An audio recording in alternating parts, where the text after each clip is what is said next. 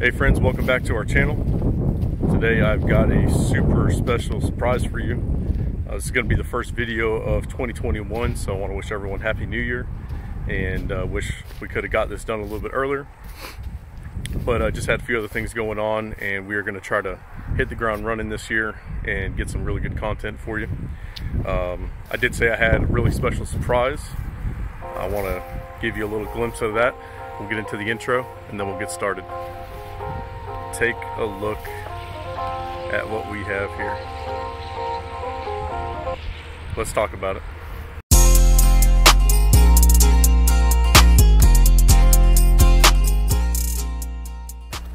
Alright everyone, so if you're new to our channel, thank you for stopping by and seeing us.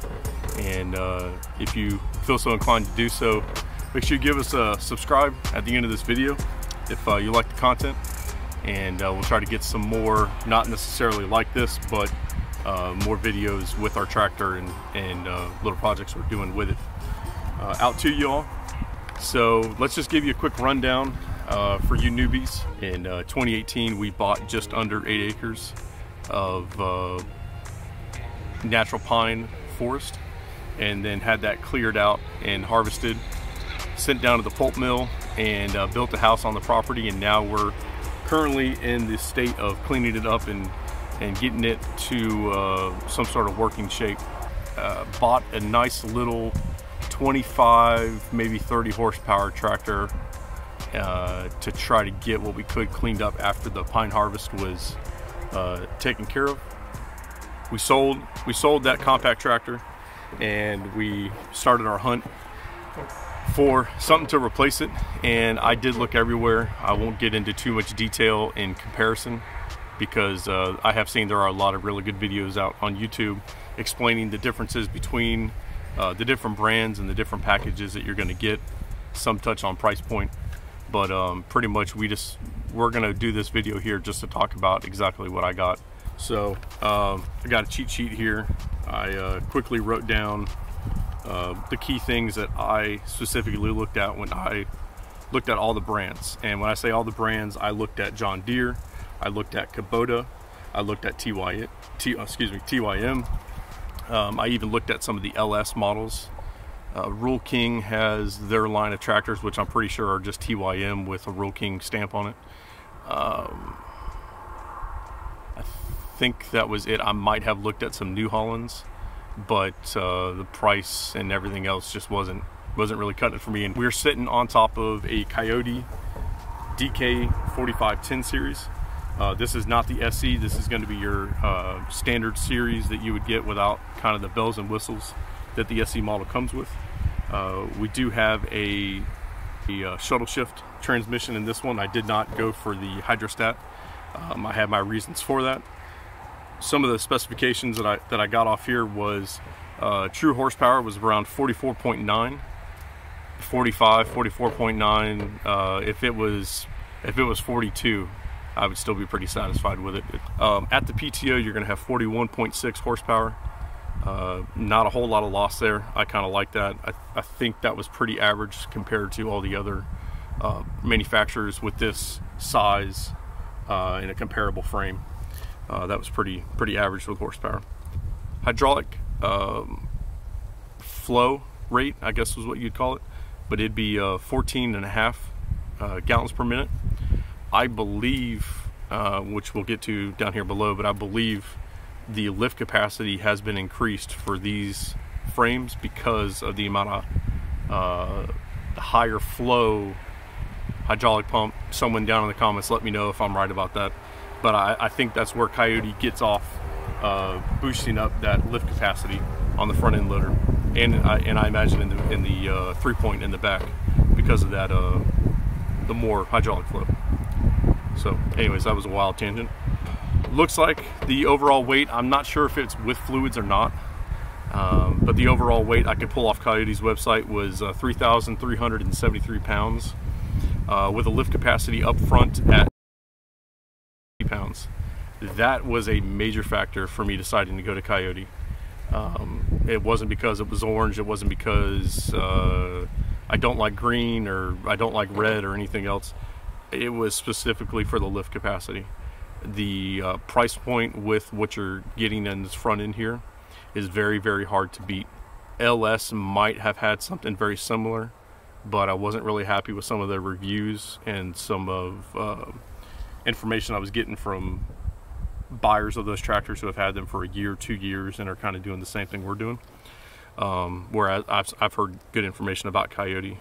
That is not a whole lot in the grand scheme of things, but when you go down to the CK series, I think it's the next step below the DK, and you're not breaking 2,000. For the present and for our future, being able to lift over 2,000 pounds was a big check mark to get. And anyways, that's why I went with Coyote. I'll give them a quick shout out before I get off this tractor and walk around. Hurst Equipment, they're out of Norman Park, Georgia. They were really great to deal with. Gentleman Dykes Hurst was his name. Younger kid. It looks like it's a family business. I didn't ask him how long they've been operating, but right out in Norman Park, it looks like they're close to maybe Moultrie. You know, I can't remember exactly, but not too far away. I think just north of Valdosta off of 75. But super great guys to work with. We had been looking for this exact tractor for months, and when I say months, it's been probably since October or November. We've been trying to October, November 2020, we've been trying to sort one of these out. Let me quit flapping my gums here, and let's get off this tractor and let's do a little walk around, and let's get her checked out. Let's walk around here real quick. I'm just going to point some things out, and then I'm going to talk a little bit more about it. First things first, got the back of the tractor. One of the greatest things I love about what Coyote does is put this little lever here on the back, which I'm pretty sure you can reach from the seat. I haven't used it yet, but this little lever here will let you back up to whatever piece of equipment you're trying to hook up with your 3-point, and then raise and lower to get your quick hitch, or if you got a Pat's quick hitch system, kind of what I got right here. On the back, it'll let you get that right perfectly in place, or get it lined up however you need it. And it's a lot easier than for some tractors. Let's say if you got a cab or something like that, trying to go around, open up the door, reach in, do it. In our case, we could just reach over the fender, but nonetheless, every tractor is going to come standard with this lever in the back here. One thing I am a little disappointed about is the links here in the back. Let me get to a spot where I can show it to you. So these links here in the back, I've been having a hell of a time. I've had to take a wrench to it, and I've also had to take a hammer to it to try to get these things tightened, these little turnbuckles tightened and to lock into place. I think what I may do is try to find another nut to do like a double jam nut on here to lock it into place. But not a major issue, just something that's just been kind of annoying. And I don't know if you can tell, but this was not the original top link that came with the tractor. The one that Coyote puts on there, I was having the same issues. I would tighten this thing down and go to use the box blade, and that jam nut just kept backing off, and so went down to the Tractor Supply, got a Category 1 top link. Haven't used the tractor yet with it, so I'll have to get back with you on how that works out.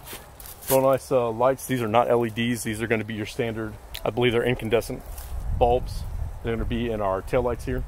Same thing with our turn signals up top, also our hazards. And you are going to have a ROPS, or ROPS, rollover protection system, that'll come stock with this tractor. And that is able to break down, I believe, into a 45, or be able to break down to where it's just 100% folded over. If you've got to like store it somewhere where you've got kind of a low awning or something like that, or an overhang, you could break it down and back it in, or a garage maybe. Break this thing down, back it in, and it'll fit nice. It'll cut down at least, I don't know, 2.5 feet, maybe 2 feet off the top. We were given this Pat's quick hitch system with the tractor. I was thinking about going with a standard quick hitch that connects the top link as well as the two bottom drawbars together. But after kind of seeing this and using it, highly recommend the Pat's Quick Hitch. It is super simple, and if you are like me where you have a hodgepodge of 3-point attachments, it's going to work out great, because not all of those pin spaces are going to be the same. Some on older equipment may be further apart, and some may be closer together, depending on the manufacturer, year, date, manufacturing, and all those other factors that go into it. With this Pat's Quick Hitch, I can spread those drawbars further apart to connect to the pins, or I can draw them closer together to hit the pins. I've used a middle buster or like a bottom plow that was super close together, and I've also hooked up to our box blade, which is, it seems like almost twice the distance away from it. So it'll do just about everything. You are going to have to get off the tractor. That's kind of the crappy part, but honestly, the versatility is perfect. So tractor did have a few options that I selected. They originally had R1 tires that came on it, and I'd asked to change them to R4s. There wasn't any difference in price. I thought the industrial tread would work a lot better for our property than running the R1s with this sandy soil. It does come with a brush guard. There are a lot of guys. There's a Facebook group, like a Coyote Owners Facebook group, and I see a lot of guys kind of beefing up. They're beefing up these brush guards, and I can kind of see why. They're stout, but they don't really offer a whole lot of protection from sticks going into the radiator. So I think that might be a little project that we go to tackle in the future. And standard with this is going to be, I believe it was a 60-inch bucket, and we went ahead with that. Got them to add the third function kit on there so that we could run a grapple. I can't remember the manufacturer of the grapple, but this is like a 60-inch grapple also, which has been very, very good to us so far. We did get the dual cylinder versus you know, like a single middle claw, or like one big piece of metal that kind of breaks over into it. Grapple is also kind of like a root brake setup. I know you're not here to listen to me talk about my grapple, but we're here to talk about the tractor. Fuel tank, I'm not exactly super happy about the placement of the fuel tank. I think on some of the other models they kind of put it up back behind the seat, which I think is probably a better spot for it. But it does look like they offer some protection down on the bottom of the tank. It is kind of wrapped in steel, and if we can look up underneath it here, it's got kind of a little bit of a pan that it sits in. Also, while we're down here, I guess ground clearance isn't all that bad. I haven't ran into a situation where I bottomed out on anything, but you can kind of see they got this one bar that sits a little bit lower than everything else, and I've got a feeling one day that's probably going to be an issue. So let's get around here to the cockpit and we'll look inside of that. All right, so for the most part, very, very comfortable seat that comes with it. It does not have any armrests, but we do have, get my garbage out of the way here. We do have a cup holder, which I did not have in my last little tractor. Got a little storage bin back here behind our, whatever sign that is. We do have a little storage bin back here. Transmission wise, you're going to have a high, low, neutral on the left, and then you're going to have a 4-speed selector on the right. To engage the PTO back here, you're going to twist it to engage it, and then I believe you just pull it up to disengage. Pretty cool feature. And then you know, little markings for your height of your 3-point hitch. The column here, the steering column, you see that blue handle, if you pull that blue handle, you can drop that steering column down into your lap, or push it up and lock it back into place with the blue handle. I thought that feature was really nice. You can get your seat fully adjusted to where you want it, so that your legs don't bang around on anything in the dash. And if you don't want to try to sit down and hug that thing, you can lift it up, sit down, bring it back down to your lap, and it's pretty comfortable to ride around in. Got your forward and reverse selector right here. Light selections, it'll be your red toggle selector there, and then over on the left is going to be your the yellow toggle is going to be your turn signals. Horn, girls love messing with that horn. We got our hand throttle here, and then down on the bottom, I don't know if you can see it with the shadows, but you got your foot throttle, braking system, you got your bucket lever control.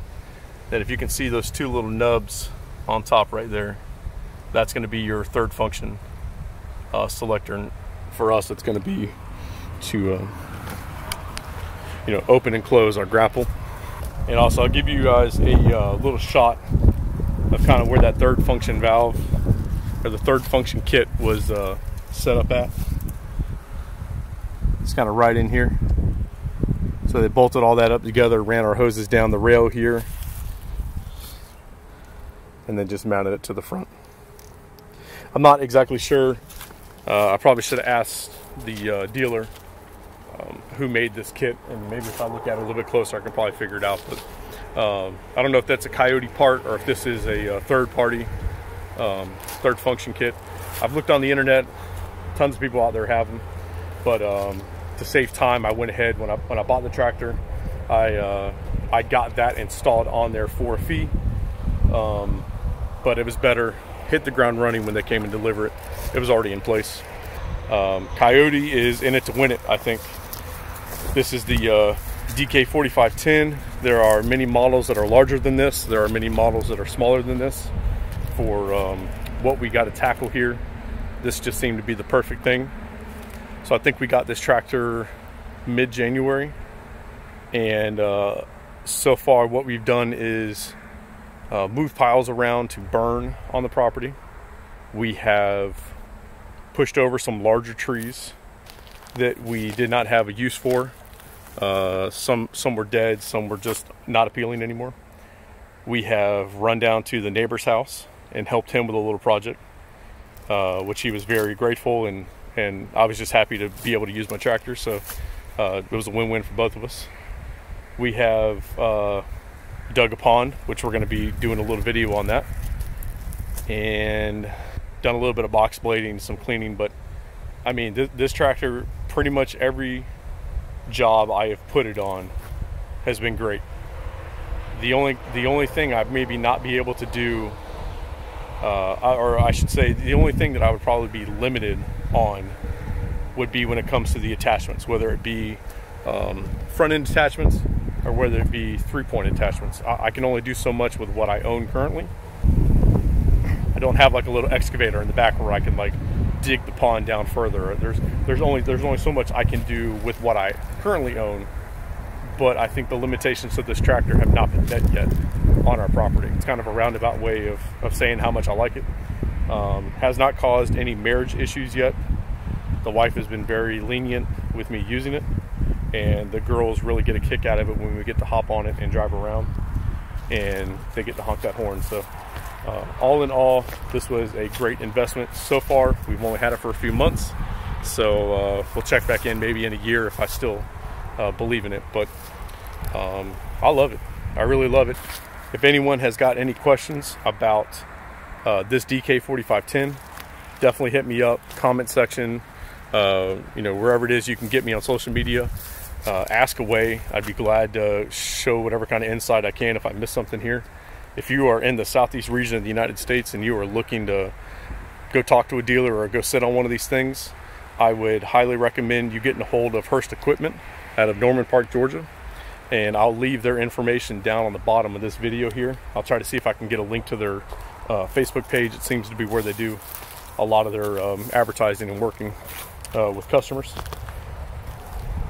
Well, that's all I got for y'all today. I really hope you enjoyed this quick little rundown and this quick little review of our little orange tractor.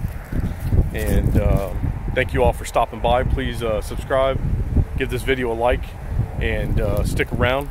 We've got some more videos coming out of some projects going on the property, and let's see how much we can get done this year. Thank you guys again. Enjoy yourselves. Take care.